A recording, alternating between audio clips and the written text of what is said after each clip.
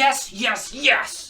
This whole second half of the year, I feel like I can't do anything right. But that game right there, that was doing it right.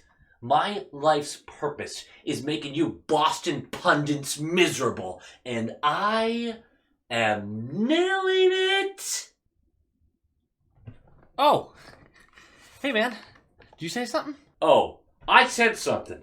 I was saying... Oh, no. Don't repeat yourself. I don't actually care. But I am glad that you're here. I wanted to say thank you. I'm sorry, what now? Dude, I'm about to leave for 2 weeks, and I was so bummed out that I was going to miss 2 weeks of Bruins hockey. But, hey, if that's what I'm missing, I mean, let's just say I feel way better now. You feel better than you did before the game. Yeah. You were going to be upset, but now you're happy? I would take it a step further and say I would have been downright miserable my entire vacation if it weren't for you.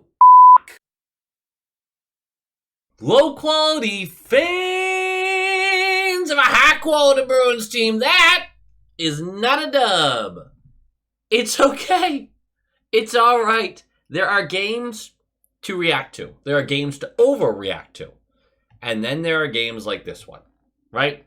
There are games where things didn't go your way. And boy, did they not go our way. And I'm not absolving anyone's sins here.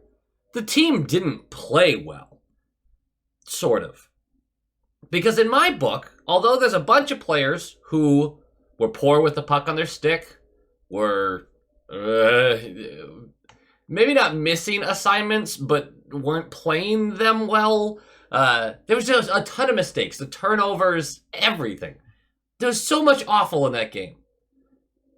But the effort wasn't gone. There was effort the whole game. There was people in vicinity and playing their positions positionally well for the most part. We're going to point out a few mistakes, but effort, position, structure, everything was there. We created high danger chances, and although we gave a few up, we give high danger chances up every now and again. It's going to happen. I just don't feel like anybody quit on the game. I don't feel like there was much there that you could go, oh, the whole team sucked. It's like, yeah, but the whole team had an off night, sure. It just felt like they were playing the right way and weren't being rewarded for it. And again, we're going to point out that I'm going to contradict myself. I'm going to point out some players that I really thought had abysmal nights and some of it a little less forgivable. But it was just a bad game. I really can't. I wanted to be mad. I wanted to be annoyed. I'm watching this team get their teeth kicked in on the scoreboard, though, because every time I look, I keep thinking about the plays and thinking about every 5-minute segment of the game. We didn't get our teeth kicked in. We were creating. We were fluent. We just couldn't keep the stick on our damn pucks. The bounces weren't working with us. The refs called a very strange game. None of it matters. Yes, we lost. Yes, the Panthers might grow their lead as first in the division. Do you care? Do you care about being first in the division? Honestly. Every single year we talk about this, and every year, it just doesn't make that much of a difference. It isn't football. It doesn't make that much of a difference. Unless you're one of the Jacobs going, I want another home game.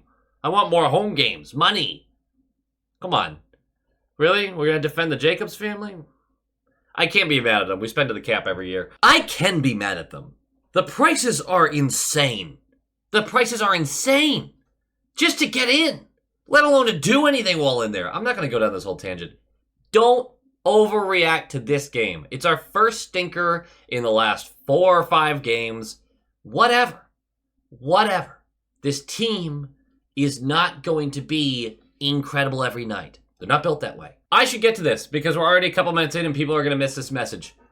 I am gone for the next 2 weeks. There are no game reviews for the next 2 weeks. I am on a flight tomorrow morning. We're going to Thailand.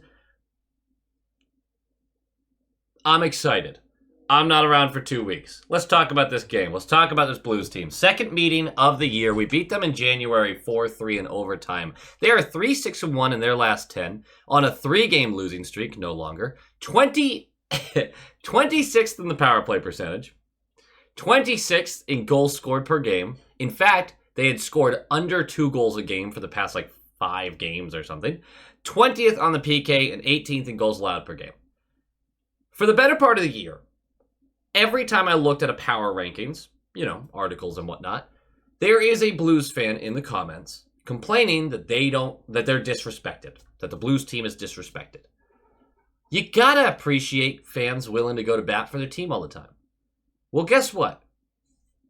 This recent run of play is exactly why you're disrespected.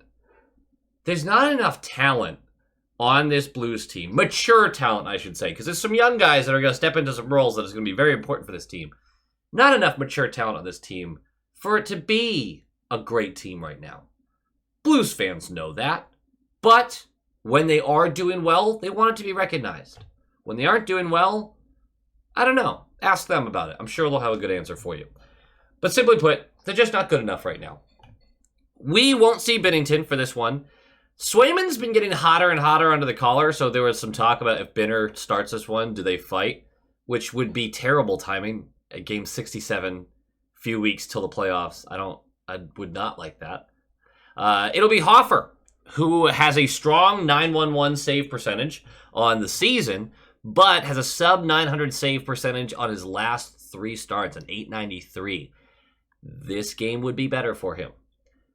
Jack pointed this out. I thought it was a fun stat. They are 16-1-1 when leading after 1. Now they're 17-1-1 when leading after 1. Let's talk about the Bruins. The lineups: Marchand, Coyle, DeBrusk, Heinen, Zacha, Pasternak, JVR, Geeky, Frederick, Lauko, Boquist, Brazeau.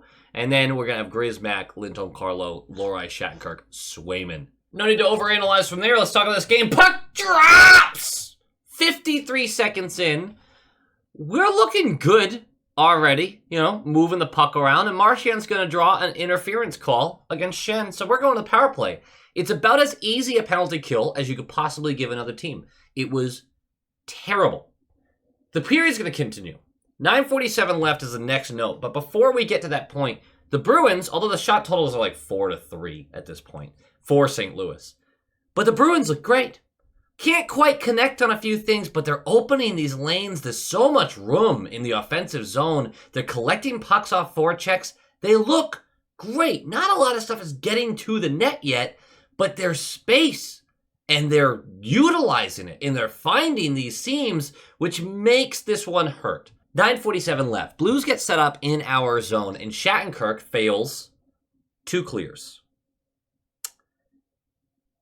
Shattenkirk, I shouldn't have complimented last game, because clearly every time you compliment him, boof. Either way, the Blues are going to reset up. They're going to get the puck to Krug over on the left point, and he's going to fling this down the boards. And it is going to take a bounce off of it's wrapping around, and something jutted out just enough, bounces off the wall, looks like it might have caught a piece of the ref as well, and then launches itself directly into the slot where Kapanen isn't covered because the defense and the wingers are reacting to this wraparound as they should. You can't play the game expecting a 90-degree bounce off of a flat board. It just, either way, goes right to Kapanen, who on the bewildered Swayman gets to bury this blocker side. I'm not blaming jack shit anyone for this goal other than Shattenkirk failing to clear it twice. We could blame him. Either way, we're down 1-0. There is no reason for your energy to change, your play style to change, anything. You have been solid up to this point. Not connecting quite the way you want to, but the play has been there. And they don't change. And then 6:05 left, DeBrusk is going to go for holding the stick. We're going to the penalty kill. We kill it. The penalty kill looked really good. And then with 3:13 left, we're making things hard for ourselves. We're struggling to get started back up. Coyle is going to go for hooking. And then 59 seconds left of that penalty kill, Freddie goes for high sticking. I only saw one view of this. It looked like the stick was, 8 to 10 inches away from the face, and the head just snapped back. Regardless, we can't just lay blame on the refs for this one. We're going 5v3. 10 seconds is all it took. That's something you hate to see. But you lose the face-off, they're going to get set up right away. They quickly move this puck over to Thomas at the top of the slot. He's going to send it down to Buchnevich, who's standing to the left of Swayman. He is going to one-touch this right back to Thomas, who unloads. And this is a laser top blocker corner. It's 2-0 power play goal. We still have a $1.50 left to kill on the penalty now. And we kill it. We're going to go to the second period. We're down 2 goals. Once again, there's no reason to change your energy or play or anything. This is a super winnable game. I know they're 16-1-1 if they're leading after 1. Fuck them. Who cares? You can win this game. It's 2 minutes in, and it's a bad turnover by DeBrusque, who is dancing with the puck on the blue line. He gets it poked away. It launches Cairo, who, I mean, he's got time and space and absolutely stoned by Swayman. Big blocker save. The Bees needed that. And although Swayman wasn't brilliant in this one, this is that timely save where you go, okay, launch it right back the other way. 2 minutes later, about 4:30 in, it's getting ugly. Lohrei with an all-time stupid pinch. I hate calling people stupid because I myself am a little stupid. But my goodness. Kessel has possession of the puck, or is skating over to gain possession of the puck. And Lohrei, it's in the offensive zone, Lohrei is just slowly gliding down that left wall. As if, I don't even know, like he's hesitating, questioning, but he's moving forward. Kessel collects, looks around, and he's got time, he's got space, Lohrei's 12 feet in front of him, slowly gliding, and Kessel goes, oh, the guy you're supposed to be guarding behind, yeah, just shovels it past Lohrei to Kapanen, who's standing at the right side of that blue line, the opposite blue line, where Lohrei should be at this point. And so that's numbers for them, he gets to skate right down into the right circle. He's going to fake a pass across the crease. Shattenkirk falls for it. I don't care about the pump fake and falling for that. Shattenkirk wasn't covering shit anyway. That pass was getting through. I don't know what Shattenkirk was doing. Regardless, Shattenkirk turns. It allows Kapanen to feed Hayes, who's just directly in the middle of the slot, and from in tight, buries this past Swayman. It's 3-0. That's ugly. There is still 35 minutes left of this game. A game where you're getting chances. Hoffer's just playing really well. Get one, the dam will break. 8:40 in, Sundqvist goes for hooking. Power play. This is it. This is what you need. Abysmal. The one part about this game that I can actually say wasn't, like, team-wide just awful was the power play. Everything, the 5-on-5 play was there. Did we deserve to lose? Maybe. Not 5-1. The power play was horrendous, and it would have played a huge role in this one. 8:49 left of the period. Brazeau, who has locked himself into this lineup, and honestly, Pat Maroon be damned. I am not changing this fourth line for anyone right now. Not doing it. He goes to work, though. He's going to battle Krug down the left side and literally one-arm shoves Krug off of him. Just get down, little man. This is mine. Goes in, gets the puck, and has to continue battling with 2 other defensemen. Krug comes in as well. Defensemen, you know what I mean. Blues players. He's battling down low, and they even lose the battle. Him and Lauko. But when they lose that battle, Brazeau goes, oh, hell no, and goes right for it again. Forces a bad pass up the right wall. Boquist collects. Boquist sends it down to Brazeau. Brazeau is cutting from the left corner directly to the net. Looks off a Lauko pass because Lauko's standing just right outside the slot waiting for it. He goes, no, I'm taking this right to the net. Does exactly that. The puck gets chipped by Hoffer's stick, I believe, goes over his head and in. It's 3-1. The team's awake. It's a 2-goal lead. You can get that back. They're going to challenge for offsides. It was offsides, except for Krug was the one who brought it back onsides. Honestly, make your argument. It's not going to be worth anything. It didn't bother me actually that much. It sucks that it was called back. It bothered me that it was called back, but it didn't bother me the call they made because at the end of the day, it didn't look like possession. I know possession doesn't really matter here, but it looked like they were both just swiping at the puck and Krug managed to get a piece of it. There's a certain level of there has to be intention, I believe. I know the rule's not really written that way, but that's kind of the way they do it. I don't know. It's a bad call. I'll give you that. When I saw it, I was like, yeah, that's not going to be enough of a clear, like, he brought it back for them to really do it. It is what it is. It's still 3-0. 4:35 left. It's 3-0. The game's not over. This Blues team, although great at holding a lead, isn't good. 4:35 left. Lindholm has the puck in the neutral zone and inexcusably passes this directly up to their blue line to their defenseman. Maybe he was trying to connect with someone. Maybe he was trying to fling it over their heads. I don't know. Just gives it away to them. So they send it right back past him, and it's numbers the other way. It's a quick break for them. Yay. It's 2-on-2. It's not numbers. 2-on-2. Lindholm stays high, takes the guy with the puck. Shattenkirk covers the net drive. Saad goes to the net. Shattenkirk's right there. As the pass is coming, they're battling, and Shattenkirk just is bullied down to his knees. And Saad, puck bounces by them, hits off the post, and Saad gets to bury it. It's 4-0. It's not our night. It's not our night. And Shattenkirk was abysmal in this one. Loride too, actually. The third pair was awful. The third pair is still an issue. And it's a bummer because it was doing so well, but the fact that they can still have these games where they're that bad. And look, Lindholm wasn't great. Grizz had bad moments. McAvoy had bad moments. Carlo I thought was fantastic. Fuck off. I liked Carlo's game. It's hard to just point out the third pair. The third pair was really, really bad though. Every time they're on the ice, it's really bad. We're going to third period, down 4 goals. I still fully believed we could win. You just need a quick one. And we get one. 148 in, right when I was about to give up, because, not that I would have, but I might have. A perfectly executed 3-on-2 leads to a pass to Zacha, knee down, wide open net, cross the crease, just needs to tap it in, and he shovels it wide. He flubs it. Maybe it bounces on him. I don't know. Either way, it's no goal. But luckily, Marchand and Zacha get back to work, and they pin the puck in, recollect it. Zaka's going to fling it up to Shattenkirk on the right point, who's going to simply move it right over to Pasta, who's at the top of the slot, who unleashes a nuclear weapon blocker side. 4-1. 4-1. You get one more quick one, and you sow some doubt. Even bigger, a minute later, Swayman with a huge stop on a 2v1. It's the save. It's the save that you go, mark that one down. Mark that one down. Maybe that's it. No. 8:45 left in the O-zone.